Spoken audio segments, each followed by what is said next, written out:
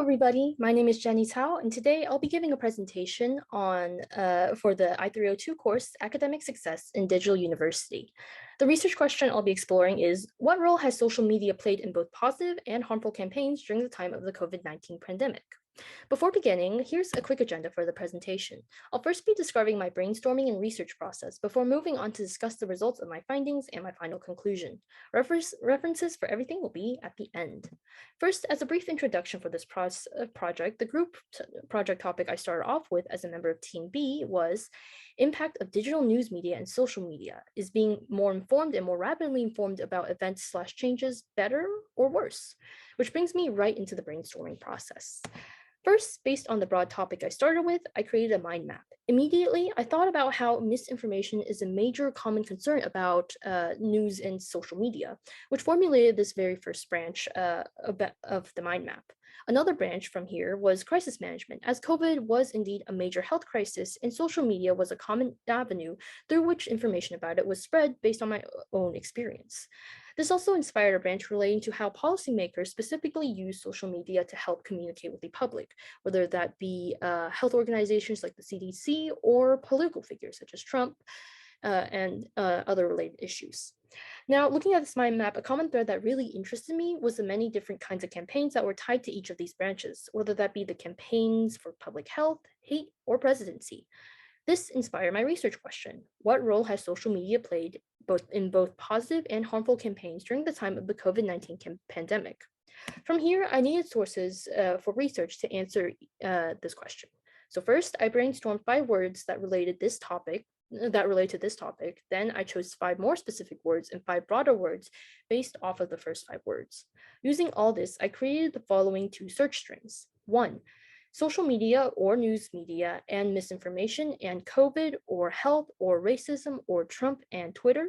And 2, social media and campaigns or crisis management and 2021 United States Capitol attack or COVID-19 or Black Lives Matter or hate. Next, I need to choose databases to help me find my sources. I chose the UT Library database, Scale eBooks, and Sage Knowledge. All 3 of these databases are associated with credible educational institutions and were suggested to us.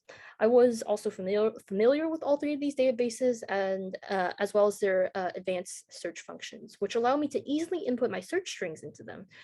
This in turn allowed me to easily find relevant sources for each of these databases. And you can see the search string I used for each of the slides, for each in the slide right here. I found 4 sources from these databases and conducted lateral reading on each of them to determine their credibility. Each of the sources were published by legitimate educational academic institutions. The sources found by the UT Library database were also peer-reviewed, and all sources were written by credible scholars or professors who are experts in relevant fields. Now onto the findings based on the sources, and there were a lot of surprising results. So on the positive side of things, Walia B and Bourdreau C 2022 found that public health behaviors were in some cases positively impacted by social media, as connections with peers encouraged positive habits in some communities. Campaigns to quit smoking and exercise communities are examples they use for this. Personally, at the time of the COVID-19 pandemic, I also found the informational communication campaign on accurate ways to effectively wash your hands throughout social media to be also an example of this. The source also found an increase in the use of social media as a means to get updates on COVID during the time of the pandemic, meaning most people did rely on it for information on some level. On the topic of misinformation, Snelly et al. 2020 surprisingly found across most mainstream social media platforms such as Twitter, Instagram, YouTube, and Reddit, there's far fewer posts tied to questionable sources compared to reliable ones. And that trend actually holds true for engagement with each of these types of posts as well.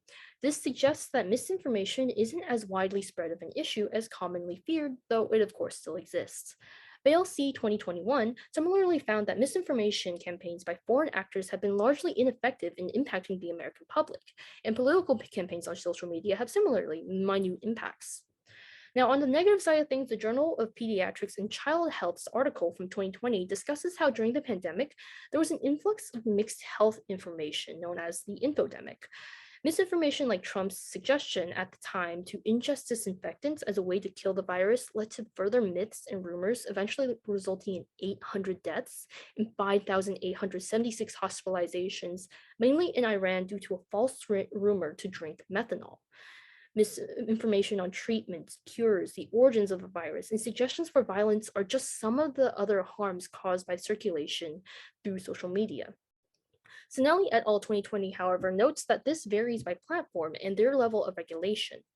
Walia B. and Boudreau, C. 2022, also similarly found that negative health behavior due to social media, also found that there were negative health behaviors caused by social media campaigns of body shaming, cyberbullying.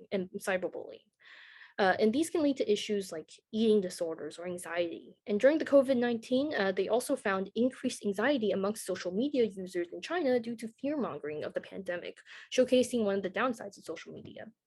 In conclusion, the sources suggest that social media has played a significant role in positive and negative campaigns during COVID-19. While social connections and communication campaigns in some cases encouraged good health behaviors and kept people informed, other cases of misinformation led to tragic avoidable deaths and increased anxiety amongst and fear amongst the public. Social media was also where misinformation spread to encourage hate campaigns, racism, and fear amongst an already anxious public. Overall, social media's usage varies widely, and more research is required for us to learn how to best utilize it and negate its negative impacts. Now, as promised, here are my 4 sources, and also many thanks to the creator of the template and graphics for this presentation, SlidesGo. Thank you.